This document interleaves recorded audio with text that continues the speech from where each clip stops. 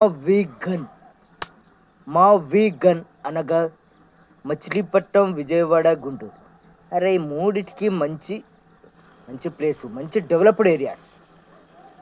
జగన్మోహన్ రెడ్డి గారు చెప్పిన మాట మాత్రం కరెక్టే. డెవలప్డ్ ఏరియాస్ ఉన్నాయి కాబట్టి అక్కడ ఏదో ఒక ఛాన్స్ అయితే ఉంటుంది.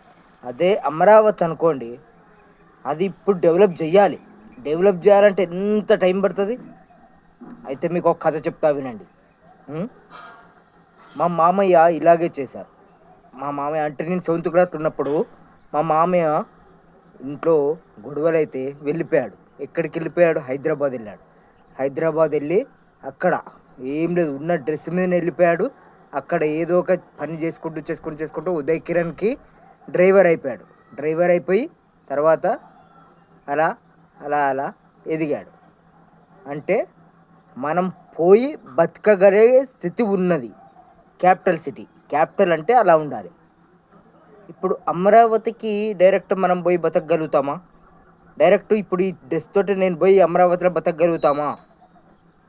అందుకనే అంటే ఇది కూడా కరెక్టే, అది కూడా ఫస్ట్ నుంచి మనం అనుకుంటే రైటే. కానీ నాకు తెలిసిందంటే డెవలప్డ్ ఏరియాస్ బెటర్.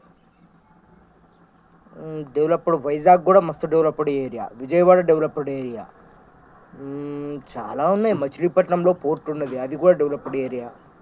అన్నీ మంచి డెవలప్డ్ ఏరియాస్. కానీ అమరావతి అంటే అసలు అమరావతిలో మరి ఉండొచ్చు అక్కడ కూడా, కానీ అది కొంచెం టైం పడుతుంది.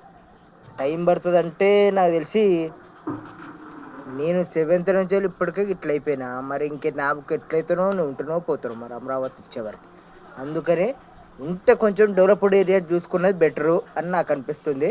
ఐ థింక్ ఒకసారి చంద్రబాబు నాయుడు గారు కూడా ఈ విషయం చెప్పి సెట్ చేయాలి కొంచెం. ఎందుకంటే కొంచెం డెవలప్డ్ ఏరియాస్ తీసుకుంటే బెటర్ కదా, మనకే తర్వాత అన్నిటికీ ఫ్యూచర్ ఉంటుంది, అందరికీ ఫ్యూచర్ ఉంటుంది.